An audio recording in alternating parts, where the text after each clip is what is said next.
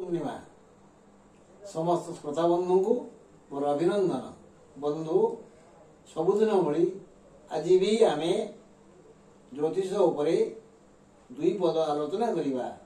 आज आमे कहिबा बिछा राशि।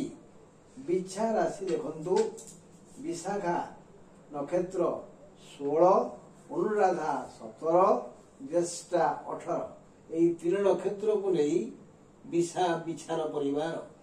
बिछा को लग्न नहीं हमें देखिले बिछारे रवि और बुध, शुक्र धनुरे ये शुक्र डिसेम्बर 2 तारिख रे मकर को जीवे तृतीय हेबे। शनि कुंभ रे चतुर्थ रे, राहु पंचम रे मीन रे और बृहस्पति वृष रे, मंगल नवम रे केतु एकादश रे। एमाने समस्ते निश्चित भाव कौन कौन फल देवे आसंतु आमे आलोचना करिबा। राष्ट्राधिपति मंगल जे कि रक्त रोगर कारक से भी नवम रे, एकादश अधिपति बुध बिछारे जन्म स्थान रे सुबाधा बंधन सृष्टि करिवे। केतु एकादश रे हेतु समस्त प्रकार दुखर कारण हेबे।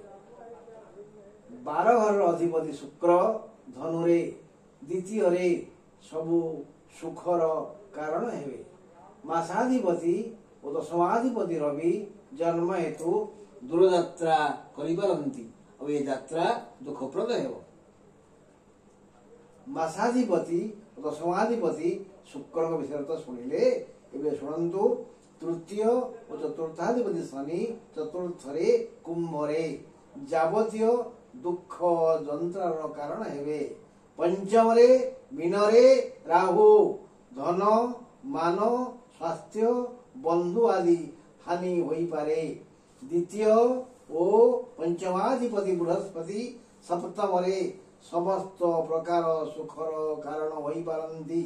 मात्र आम मूल जातक रे ग्रह स्थिति और अंतर्दशा विचार्य से अनुजाई ये ग्रह माने जहा फल देवे ताहा आमे विचार न कले याकू सुनी दुखित वा सुखी हेले किछि काम देवनी। बंधु आलोचना करिबा जे सप्तम रे बृहस्पति जामित्र संस्थे विपुलाज लक्ष्मी बृहस्पति सप्तम हेले पाखकू घरकू हाथकू विपुल धन आसी थाए। सप्तम रे बृहस्पति थिले घरकू विपुल धन जन गोपलक्ष्मी आसी थाए। नाना उपाय रे हाथकू सुना रूपा भी आसी थाए। आम गृहलक्ष्मी माने नारी आम घरणी एई गृहकू रवि ओ बुध देखुचंती। एणु महिला माने एई धनर सुविनियोग करी घरकू बहु मूल्यवान द्रव्य किनिवे। केही केही स्वावलंबी हेबाई योजना प्रस्तुत करिवे। सेमाने मानसिक और शारीरिक सुस्थता भीतर रही परिवार रे आनंदर वातावरण सृष्टि करिवे। बंधु राष्ट्राधिपति मंगल नवम रे एणु रक्त संबंधी रोग पीड़ा दे पारे। यही समस्या डिसेम्बर 1 जाए हेबो। डिसेम्बर 2 रे शुक्र मकर को आसीगले शुक्र दृष्टि मंगल पर पड़िबो। एणु ए समस्या धीरे धीरे अपसरी जीवो। केतु एकादश रे थिबा हेतु धन जन गोप लक्ष्मी ज्ञान धर्म बंधु आदि जावतीय प्रकार लाभ हेबो।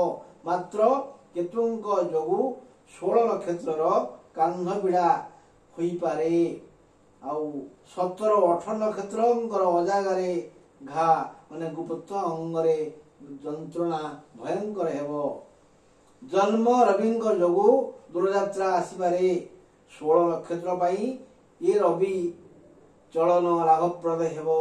मात्र 17-18 नक्षत्र पाई संग्राम पूर्ण जीवन आसीबो। समस्या भितरे घांटी हेबे।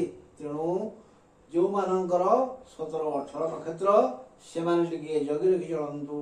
जन्म बुद्ध पाई सबु काम रे सबु स्थान रे बाधा बंधन जोग आसीबो।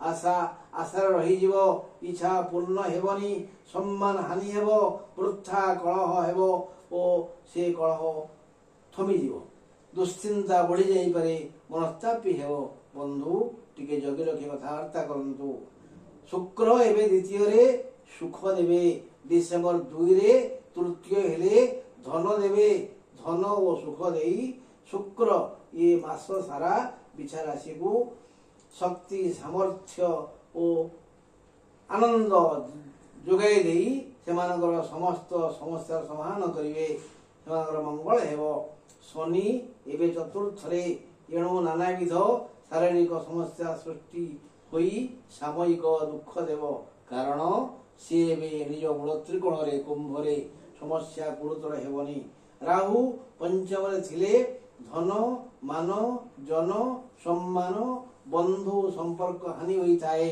दाम्पत्य कलह भी बढ़ी थाए एणु भाई टिके अतीत रे निज पत्नी उपकार मन पकई बा हे भौणी अतीत रे स्वामी उपकार मन पकई कलह करनी कलह कले सुखरे बाधा सृष्टि हम लक्ष्मी छाड़ी जीवे समस्त वृत्तिर लोकों पाई ए मासटी शुभ कारखाना रे बा कार्यालय बा सीमांत रे बा कृषि क्षेत्र रे सर्वत्र विद्यमान समस्त कर्मचारी सैनिक और कृषकर विजय हेब श्रम सार्थक हेब व्यवसायी गण व्यवसाय वाणिज्य रे लाभ रे त्वरान्वित हेबे व्यवसाय बढ़ाया पाई योजना करिवे लाभ प्रबल हेब गृहस्थंकर अवश्य मांगलिक कार्य हेब जो मान घरे विवाह व्रत हबार सुजोग नाही से माने कौनसी ना कौनसी उत्सव अवश्य पालिबे जहा ये जाए अटक रही से सबू समाधान हेब